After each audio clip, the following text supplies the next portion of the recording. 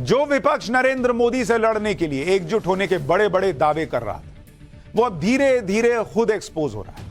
विपक्ष के बीच विरोधाभास और टकराव बढ़ता चला जा रहा है और इसका एक उदाहरण केजरीवाल और कांग्रेस का है।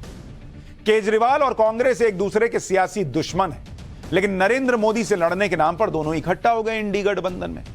लेकिन इस मजबूरी में भी उनकी आपसी दुश्मनी बाहर आती रहती है।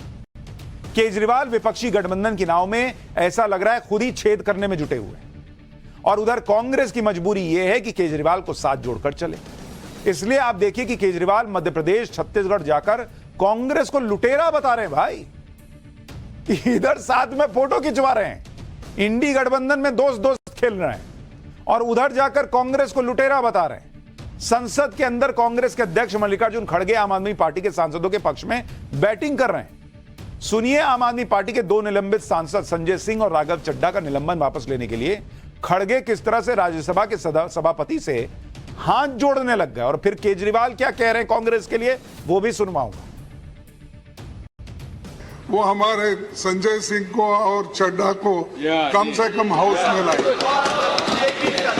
नहीं तो दो मेंबर को बाहर, सर दो मेंबर को बाहर रख के अगर पहला दिन इम्पोर्टेंट दिन स्पेशल सेशन अमृतकाल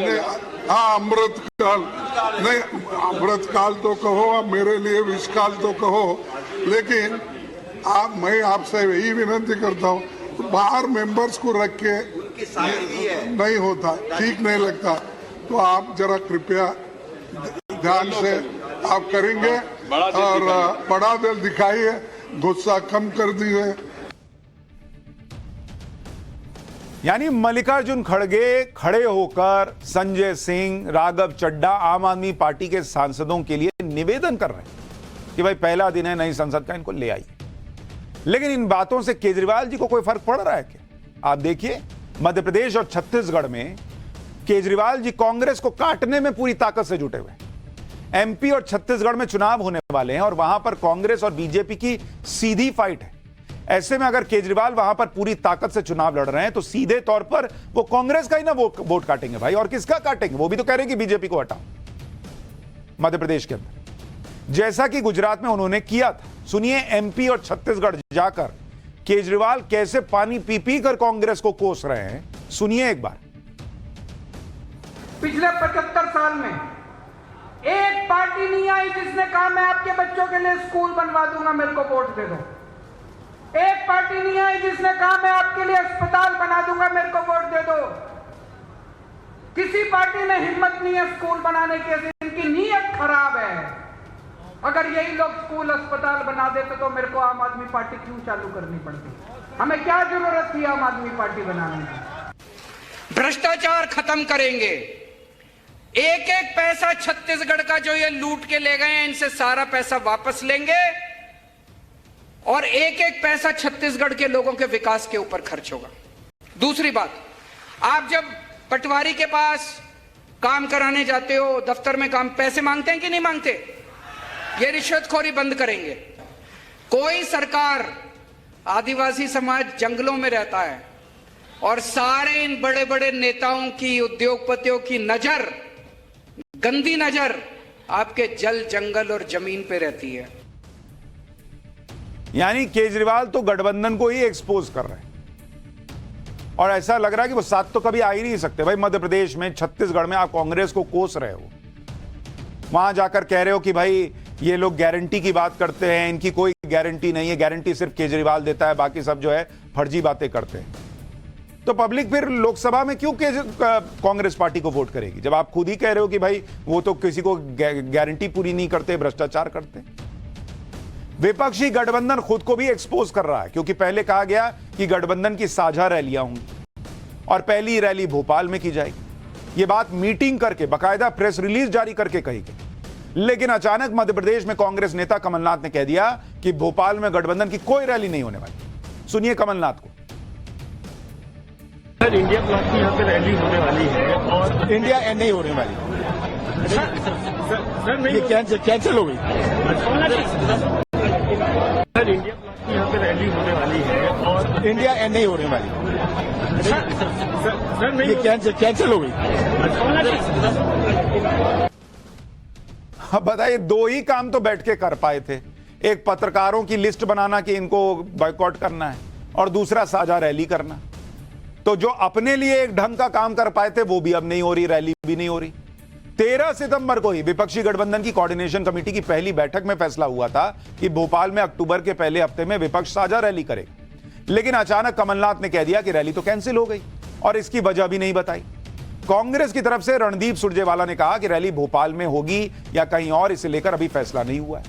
पार्टी चीफ ने इस पर फैसला नहीं लिया है। सुरजेवाला ने कहा कि जैसे ही रैली स्थल फाइनल होगा जानकारी दे दी जाएगी। अब सवाल उठ रहे हैं कि जब भोपाल का वेन्यू फिक्स नहीं था तो फिर इंडिया गठबंधन की तरफ से ऐलान क्यों किया गया? बीजेपी दावा कर रही है कि सनातन धर्म के खिलाफ गठबंधन की पार्टियों के बयान की वजह से कांग्रेस डर गई है और वेन्यू को कैंसिल कर दिया। रैली कैंसिल होने की एक वजह खुद कमलनाथ भी हो सकते हैं, क्योंकि वो मध्य प्रदेश में खुद को सनातन प्रेमी बता रहे हैं, सॉफ्ट हिंदुत्व के ट्रैक पर चल रहे हैं, खुद को हनुमान भक्त बता रहे हैं। ऐसे में कमलनाथ को डर हो सकता है कि अगर साझा रैली में सनातन विरोधी बयान देने वाले नेता आए, अब डीएमके वहां नजर आएगी, तो लोग पूछेंगे कि भाई आप खुद को सनातन ही बता रहे हो और सनातन को मिटाने की बात करने वालों के साथ खड़े हो, तो वोटर कंफ्यूज नहीं हो जाएगा और ऐसे में चुनाव में नुकसान हो सकता है। दूसरी बात यह है कि अगर भोपाल में रैली हुई तो पूरा चुनाव राष्ट्रीय मुद्दों की तरफ डाइवर्ट हो सकता है। कमलनाथ को आशंका हो सकती है कि कहीं राष्ट्रीय मुद्दों के चक्कर में स्थानीय मुद्दे न दब जाएं। तीसरी बड़ी बात कि अगर वहां केजरीवाल जी मंच पर नजर आएंगे और वहीं कमलनाथ भी नजर आएंगे तो वोटर कंफ्यूज हो जाएगा कि भाई कांग्रेस को वोट करना है या आम आदमी पार्टी को। खैर, वजह जो भी हो, यह समझना जरूरी है कि अंदरूनी टकराव को लेकर गठबंधन पहले से ही चर्चा में, और उसके बाद अगर इस तरह अपने ही फैसले से यू टर्न लेना पड़ रहा है तो मैसेज तो यही जाएगा कि गठबंधन में इतनी एकजुटता भी नहीं है कि एक रैली का वेन्यू फिक्स करना, और जिनसे रैली का वेन्यू फिक्स नहीं हो रहा वो क्या सीट शेयरिंग करेंगे भाई? विपक्ष ना तो कोई फैसला ले पा रहा है, ना ही जो फैसले ले रहा है उस पर टिक पा रहा है। उन फैसलों पर सब सहमत भी नहीं होते और ऐसा करके ये खुद की पोल खोल रहे हैं। जैसे एक फैसला 14 एंकर्स को बॉयकॉट करने का लिया इन लोगों ने, जिसमें मेरा नाम, नाविका जी का भी नाम है। सबने इसका विरोध किया, लेकिन विपक्ष ने अपनी मनमानी में फैसला लिया और अब विपक्ष में नीतीश कुमार जैसे नेता ही कह रहे हैं कि उनको तो फैसले की कोई जानकारी नहीं थी, वो तो पत्रकारों के साथ हैं। सुनिए नीतीश कुमार को। पत्रकारों के एक समूह को इंडिया गठबंधन द्वारा बाइकाट किया जा रहा है, इस पर सर ये हमको नहीं पता, तो यही देखेंगे बताएंगे। हम कहे के लिए पत्रकार के पक्ष में देखिए, जब पूरी आजादी मिल जाएगी सबको तो पत्रकार को जो अच्छा लगेगा वो लिखेगा, जो मन करेगा। विचार तो है पत्रकार। हालांकि देखिए, हम किसी के खिलाफ नहीं। अब ये लोग क्या अंदर मीटिंग में बैठ के कर रहे हैं, मुझे तो समझ ही में नहीं आ रहा। साझा रैली करेंगे, हो नहीं रही। पत्रकार बैन करेंगे, उसमें नीतीश कुमार करेंगे हम पत्रकार के साथ हैं, हम ये सब में नहीं पढ़ते। यानी विपक्ष के अंदर अजब गजब खेल चल रहा है, सब एक दूसरे को काट रहे हैं, लेकिन दिखावा ऐसा कर रहे हैं कि भाई हम सब एक साथ हैं। इसी बीच विपक्ष में अब एक ऐसा खेमा खड़ा हो रहा है जो थर्ड फ्रंट के नाम से विपक्ष की मुश्किलें बढ़ाएगा। एआईएमआईएम के अध्यक्ष असदुद्दीन ओवैसी अब थर्ड फ्रंट बनाने के लिए एक्टिव हो गए। मतलब एक तरफ एनडीए हो गया, फिर ये इंडिया अलायंस हो गया और अब थर्ड फ्रंट आएगा, और कह रहे हैं कि तेलंगाना के मुख्यमंत्री केसीआर से इस बारे में बात कर चुके हैं, जिसमें ओवैसी, मायावती और केसीआर के साथ देश की कुछ और छोटी पार्टियां शामिल हो सकती हैं। सुनिए थर्ड फ्रंट को लेकर ओवैसी की प्लानिंग क्या है। मुझे इसकी कोई फिक्र नहीं है, ना परवाह है कि हमको नहीं बुलाया गया, बल्कि इसमें तो बहन मायावती भी नहीं है, केसीआर नहीं है, नॉर्थ ईस्ट के कई पार्टीज नहीं है, इसमें कई हिंदी हार्टलैंड के, महाराष्ट्र के जो छोटी पार्टियां हैं जिनका एक बहुत बड़ा रोल है वो नहीं है। तो अब ये लोग सेल्फ स्टाइल्ड सेकुलरिज्म के चौधरी हैं लोग, तो उनको मुबारक हो, उनका जो भी कर रहे हैं। हमने तो हमारे मुख्यमंत्री से जब हमने बात की थी, उनसे हमने कहा कि आप इसको लेकर आगे बढ़िए, पेशरफ करिए और एक थर्ड फ्रंट बनाइए जिसमें आप खुद टीआरएस होगी, दूसरे जो पार्टीज बाहर हैं उनको लीजिए। ये एक बहुत बड़ा पॉलिटिकल वैक्यूम इस देश में भी है और मैं समझता हूं कि उस पॉलिटिकल वैक्यूम को अगर केसीआर लीड लेंगे, उसको वो फुलफिल कर सकेंगे, फिल कर सकेंगे। यानी अब थर्ड फ्रंट भी आने वाला है ऐसा लग रहा है। और इस राजनीति के बीच पीएम मोदी ने आज बड़ी लकीर खींची, जो उस विपक्ष के लिए बड़ा सबक है, जो विपक्ष कभी G20 में कमियां निकालता है, कभी चंद्रयान मिशन का महत्व कम करने की कोशिश करता है, कभी उसको सर्जिकल स्ट्राइक के सबूत चाहिए होते हैं। यानी भारत को आज कोई भी उपलब्धि मिले, भारत का आज कहीं भी सम्मान हो जाए, विपक्ष उसमें कोई ना कोई कमी निकालने में लग जाता है, क्योंकि उन्हें इस बात से दिक्कत है कि देश की अगुवाई प्रधानमंत्री नरेंद्र मोदी कर रहे हैं और कहीं नरेंद्र मोदी को भारत की उपलब्धियों का क्रेडिट ना मिल जाए। लेकिन आप दूसरी तरफ प्रधानमंत्री नरेंद्र मोदी को देखिए। आज जब पुरानी संसद में विशेष सत्र की शुरुआत हुई और पीएम नरेंद्र मोदी का भाषण हुआ, तो उस भाषण में पीएम मोदी ने आजादी के 75 साल के इतिहास में हर किसी के योगदान की बात की। उन्होंने पंडित नेहरू के योगदान की भी बात की। सुनिए उन्होंने पंडित नेहरू पर क्या कहा।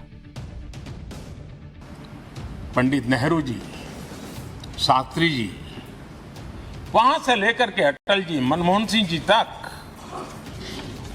एक बहुत बड़ी श्रृंखला जिसने इस सदन का नेतृत्व किया है और सदन के माध्यम से देश को दिशा दी है, देश को नए रंग रूप में ढालने के लिए उन्होंने परिश्रम किया है, पुरुषार्थ किया है। आज उन सबका गौरवगान करने का भी अवसर है। ये वो सदन है जहां पंडित जी को इसलिए भी याद किया, अनेक बातों के लिए याद किया जाएगा, लेकिन हम जरूर याद करेंगे इसी सदन में पंडित नेहरू का at the stroke of midnight की गूंज हम सबको प्रेरित करती रहेगी। यह बड़ा सिंपल सा फर्क है नरेंद्र मोदी और विपक्ष के बीच का। नरेंद्र मोदी बार बार यह दिखाते हैं कि जब बात देश की हो तो वो पॉलिटिक्स साइड रख देते हैं, लेकिन विपक्ष बार बार यह दिखाता है कि जब बात देश की भी हो तो वो नरेंद्र मोदी के आगे, उनके विरोध के आगे सोच नहीं पाते।